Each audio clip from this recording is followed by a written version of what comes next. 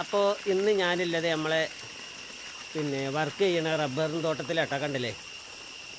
അപ്പോൾ ഇന്ന് ലീവാണ്. അപ്പോൾ ഇവിടെ കുറച്ച് ബൈക്കുമേൽ വിറക് കെട്ടി വീട്ടിൽ കൊണ്ടുപോകാനുണ്ട്.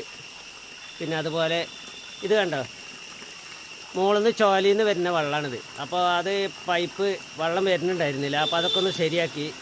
അപ്പോൾ അതിനൊക്കെ വേണ്ടി ഇങ്ങനെ പോകുന്നതാണ്. അപ്പോൾ ഇവിടെ കുറേ വിറകുണ്ടാക്കിയിട്ടുണ്ട്. അപ്പോൾ അത് ഇടയ്ക്ക് പൈപ്പ് അങ്കലവാടി വിട്ട് വരുമ്പോൾ കുറച്ചിട്ട് കൊണ്ടുപോകും, പക്ഷേ എന്നാലും അത് തീർന്നിട്ടില്ല. അപ്പോൾ കുറച്ച് ദിവസം മഴയായിരുന്നു നല്ല, അപ്പോൾ അതുകൊണ്ട് വിറക് കൊണ്ടല്ല കുറവായിരുന്നു. അപ്പോൾ ഞാനിന്നിപ്പോൾ ഏതായാലും ലീവാണല്ലോ. അപ്പോൾ ബൈക്കുമേൽ വിറക് കെട്ടിയിട്ട് കുറച്ചിട്ട് അങ്ങനെ കൊണ്ടുപോകാമെന്ന് കരുതി ഞാൻ. പിന്നെ ഇനി കുറച്ച് വിറക് കൊത്തി പൊളിക്കാനും ഉണ്ട് കേട്ടോ. അപ്പോൾ ഇത് കൊണ്ടുപോയി കഴിഞ്ഞിട്ടാണ് ആ വിറകൊക്കെ ഒന്ന് കൊത്തി പൊളിക്കാൻ. ഇതുണ്ട് ഞാൻ നല്ല മുകളിൽ നിന്ന് വരുന്ന വെള്ളമാട്ടത്, ചോലയിൽ നിന്ന് വരുന്നതാണ്. അപ്പോൾ അത് അവിടെ മഴയൊക്കെ പെയ്യുമ്പോഴേ വെള്ളം പൈപ്പിൽ വല്ല കരടൊക്കെ കുടുങ്ങിയിട്ട് വെള്ളം വരില്ല. അപ്പോൾ ഇവിടെ ഞാൻ റബ്ബർ വെട്ടുന്ന സമയത്ത് ബക്കറ്റ് മോറാനൊക്കെ ഈ വെള്ളമാണ് ഉപയോഗിച്ചു കൊണ്ടിരിക്കുന്നത്. അപ്പോൾ അതൊക്കെ ഒന്ന് ലെവലാക്കാൻ വേണ്ടിയാണ് ഞാൻ തോട്ടത്തിൽ വന്നതാണ്. അപ്പോൾ ഇനി നമുക്ക് വിറകൊക്കെ ഒന്ന് ആ ബൈക്കുമേലെ ഒന്ന് വെച്ച് കെട്ടുന്നതൊക്കെ ഒന്ന് കാണിച്ചു തരാം. ഞാൻ വിറക് എങ്ങനെ കൊണ്ടുപോയാലും. അപ്പോൾ ഇത് കണ്ടോ, വിറക് ഇവിടെ അട്ടി വെച്ചിരിക്കുകയാണ്. അപ്പോൾ അത് നമുക്ക് കുറച്ച് ബൈക്കുമേ പറ്റണത്തോളം നമുക്ക് വെച്ച് കെട്ടിക്കൊണ്ടുപോകാം. അപ്പോൾ ഇതുപോലെ ഇവിടെ വിറക് കൊത്തിങ്ങാണ്ട് അടുക്കി വെച്ചതായിരുന്നു. അപ്പോൾ ഇതിൽ നിന്നാണ് നമ്മൾ കൊണ്ടുപോകണത്. അപ്പോൾ ഇനി ബാക്കി നമുക്ക് ബൈക്കിൽ ഇതുപോലെ കണ്ടോ,